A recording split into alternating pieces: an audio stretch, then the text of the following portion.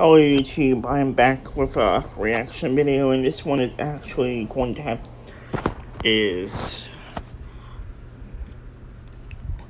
4 True Craigslist Horror Stories, Volume 3.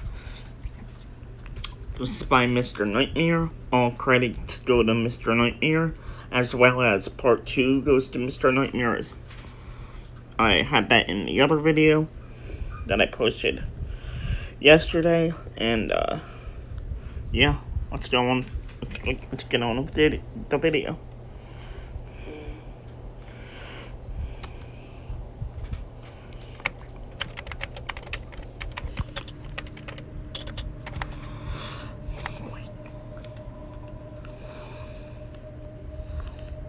It was the summer of 2012. I have a late birthday, so I was still 15 when all my friends were 16. They all had jobs for the summer, but nobody would hire me because I was only 15. I started looking for off-the-books jobs on Craigslist. I found an ad titled, "Looking for House Cleaning Services, Paying $10 an Hour." The ad had 2 pictures of the house, one outside and one inside. It was a typical middle-class house.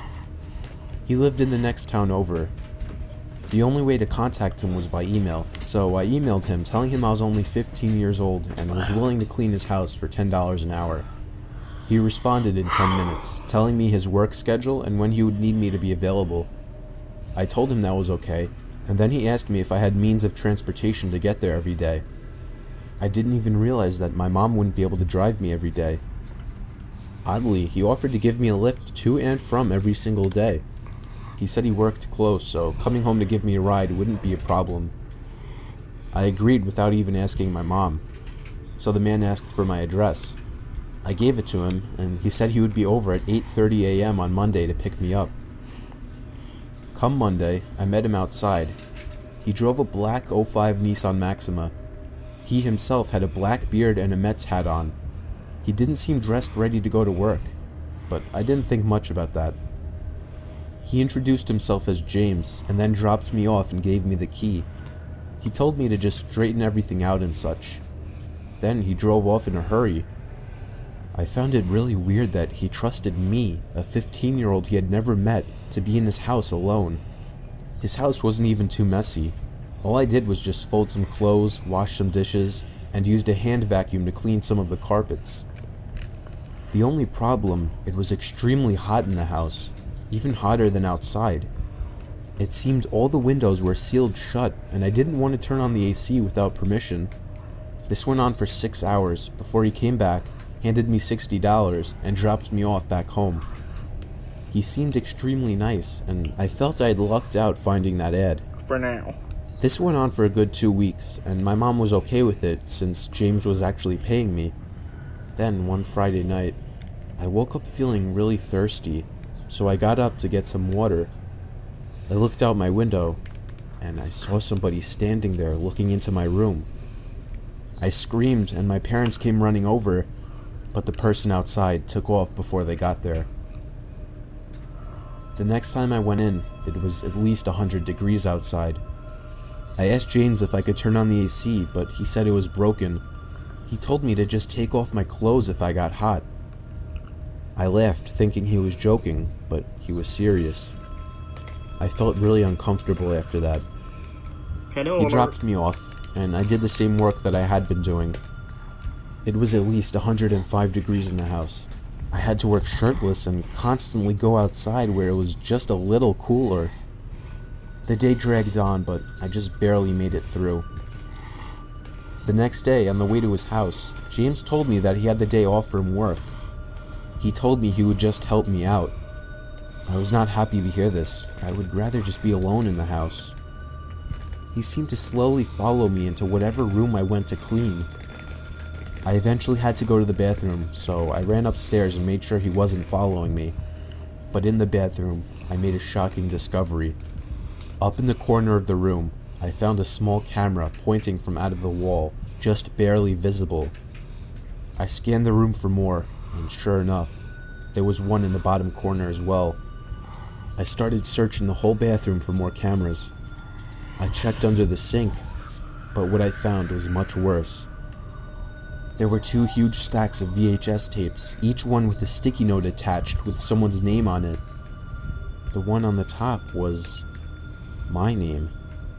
I almost threw up then and there. I had to find a way to get home safely. James then knocked on the door, asking if I was alright. I said I wasn't feeling good, and asked if he could drive me home. He said okay. I stepped outside, and he told me he had to go as well, so he stepped into the bathroom. For the first half of the car ride, he didn't say anything to me, and the road he was taking me on wasn't familiar. In fact, I noticed that the direction we were heading in was the complete opposite of my house. Where are we going?" I asked. He looked at me and said, "What were you doing in the bathroom?" I started to panic. I didn't answer, so he asked again in a much angrier voice. We were stopped at a traffic light, so I took that opportunity to unlock the door and escape the car. I ran away from sight before calling my mom, crying into the phone, telling her to pick me up. She came over as soon as possible.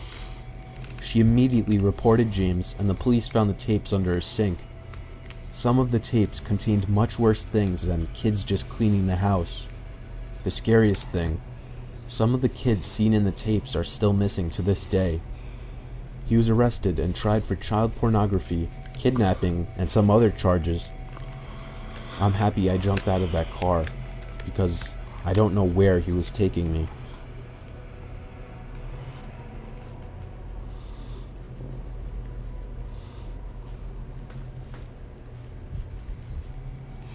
This happened about 3 months ago. Me and my roommate decided on getting a used couch, so I thought Craigslist would be a great place for used furniture. I scrolled through about 3 pages before finding a black leather couch. It was in really good condition, and it had a really good price, around $200. I told myself this was too good to be true, and man, I should have listened to myself. We arranged a price, and the guy told me to meet him at his place over email. My roommate was out working overtime, so I had to go alone. The address was a little ways out of town. The house was surrounded by trees. You had to go through the drive-thru to be able to see it. I got out of my car and knocked on the door. This house was different. It was small and wooden, and it looked pretty eerie. When I knocked the 3rd time, I heard creaks on the wood floor coming from inside. Anyone could tell it was footsteps, but it sounded like they were tiptoeing. Then, I heard a faint, muffled voice through the door. "Hey, are you the couch guy?" But they sounded pretty rushed. So I responded, yes I am."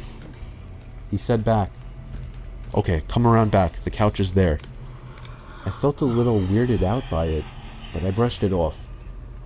When I came around back, I saw something that I won't forget. I saw 4 tall men dressed in black robes with their hands together, and in front of them was a pit with a hatch and chain on it. Then I heard the same voice say, "Where's your friend?" I booked it out of there and frantically shoved the key in my car and started it. I looked out the mirror and saw the front door fly open. I shifted into first and floored it out of there. The thing that makes me uneasy to this day is that in the emails, I never told him I had a roommate. Probably some kind of... I don't know. Anyway, they were probably some kind of like cult or something.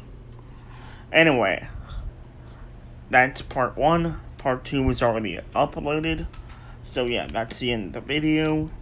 If you liked the video, give it a thumbs up and subscribe to Mr. Nightmare. And yeah, subscribe to Mr. Nightmare and click that subscribe button and click the bell to get notifications, and leave a comment in the comment board to tell me what you thought about this video and what you thought was scary. Alright, that's the end of the video. Thank you.